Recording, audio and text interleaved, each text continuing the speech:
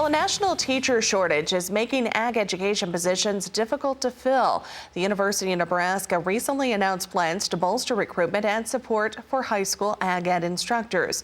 Matt Kreifels with the Department of Ag Leadership Education and Communications joins us now with the latest on that effort. And Matt, thank you for your time here this morning. If you would, tell us about the state of ag ed in Nebraska.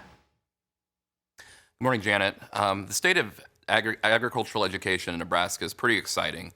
If you actually look back to 2010, when the current seniors in high school were kindergartners, a lot has changed in that amount of time. In fact, high school ag programs in the state of Nebraska have grown from 133 schools that offered the program to today 203, which is over 50% growth in the state. That means more students involved in ag education, more students that are FFA members than ever before in the state of Nebraska, which, if you look across the country, no state's seen growth quite like Nebraska's seen that growth. But with that have come some challenges, including a teacher shortage that we're experiencing in the state of Nebraska that up until this time, the university has been able to prepare enough teachers for, but today we're struggling to find enough teachers.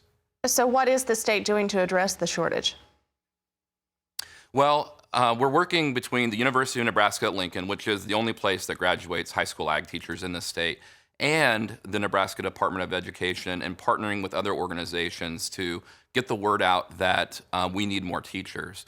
But what we're excited about here at the university is that we've done two different things. The first is that we have hired 2 new faculty members that will be out in Nebraska, one in the Panhandle and the other in Northeast Nebraska, that will work not just on recruiting ag teachers to the profession, but will also work with the retention of teachers and providing them critical support as they begin their careers.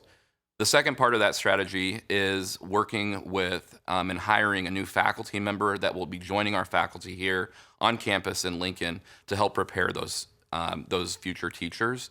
And so we're looking at this as a kind of a two-pronged approach where retention is important, but also, of course, recruiting more people into the profession will help us. And why is it so important for Nebraska and other ag states to have a strong ag ed program?